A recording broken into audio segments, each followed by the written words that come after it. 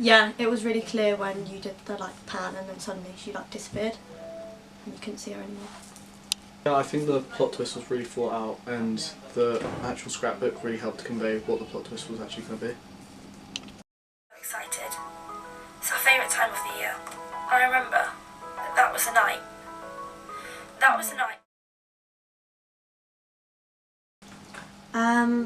I think one thing I'd do to improve the film would be to let on earlier on that it was her best friend, because you didn't reveal the word best friend until quite late, and initially I thought they could be like a homosexual couple.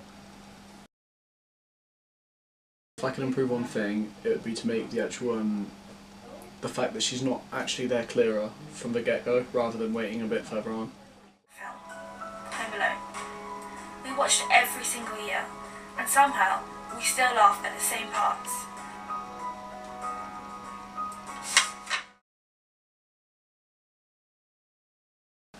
I really liked how clear it was that she was imagining her friend being there, so it was really obvious from the beginning when she was alive to the bit after the scrapbook when you could tell that she was just imagining her friend being with her. I liked the music that went along with it. I think it really suited it and it really made the mood a lot more emotional. We would laugh until our stomachs hurt, even if there was nothing really worth laughing at. I think the sound really suited the theme. The music, when it changed, was really good, and the editing, lots of different angles, it was really good and clear. While still catching up on everything that we missed out on. I thought it was really well edited. You couldn't really notice, and it was really professionally done with loads of blank white screens and stuff. The music, as I said, it was really well done and it really went along with it, but I do think you could use more variety of sounds. I thought the props were really well used, like the scrapbook, it really helped to show an understanding of what was going on. I thought the costumes were quite minimal, but it was really good. They really suited it because it was quite a minimal storyline. It was really well proposed, so everything was in a set place and it really helped set the mood and it looked really good. The costumes were good, they were quite normal, like an average person, which is what you'd expect. Hallucinations.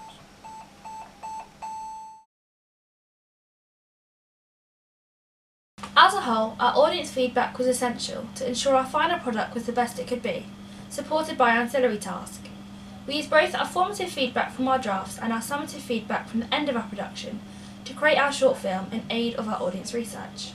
For example, if they prefer a drama or a thriller genre, as well as in-depth questions like if they are aware of mental illnesses and think that going down a more serious route will be more effective than our initial idea of using a mythical genre.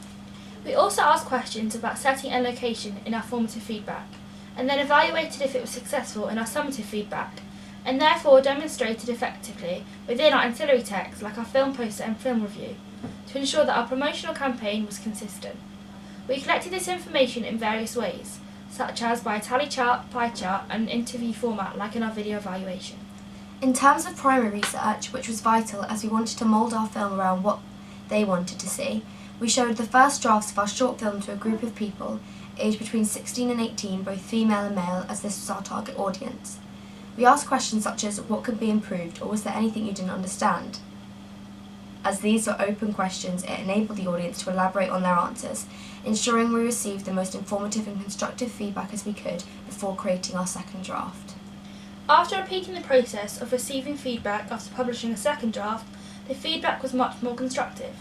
The formative information we received conveyed that the mise-en-scene used, primarily costume, affected the continuity editing. This was because at first we had forgotten to ensure a change of costume in each different setting, meaning it looked like the shots were all from one day, as opposed to illustrating a friendship through many different memories, which is what we had intended. This affected the representation we wanted to portray. As there is already very little time to develop a relationship between the audience and the characters, we needed to ensure the film illustrated the two girls as being best friends over a long period of time. However, this was preventing us from doing this. Therefore, in our final draft, we took all of this on board. The main thing we were looking for within both our formative and summative feedback was to ensure, from what our target audience had said, that it was something that they would enjoy watching, be informed by and be intrigued to find out more. We were sure that if we didn't make these changes to the mise-en-scene and the audio, the audience would not have conformed to our preferred reading. As well as it being important that the audience enjoyed the film, we also wanted to make sure that they were persuaded to watch the film based on our ancillary task of creating a film poster and review. The feedback stated that they liked how the colour scheme linked and represented the location of beach and a tranquil setting. In addition, they liked that the title was mysterious and well linked throughout our products. Adding to the success was our detailed film review.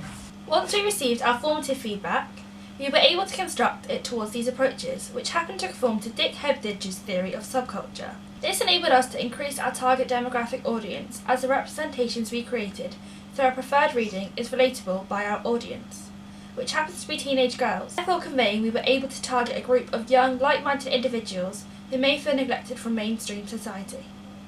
We didn't follow Vladimir Prop's narrative theory as we believed it was based on stereotypes. Through raising awareness of a serious topic of anxiety surrounded by a stigma, we wanted to make the characters realistic and raw, demonstrated and represented through non-verbal communication as well as mise-en-scene like costume and props, highlighting the importance of the scrapbook in our narrative.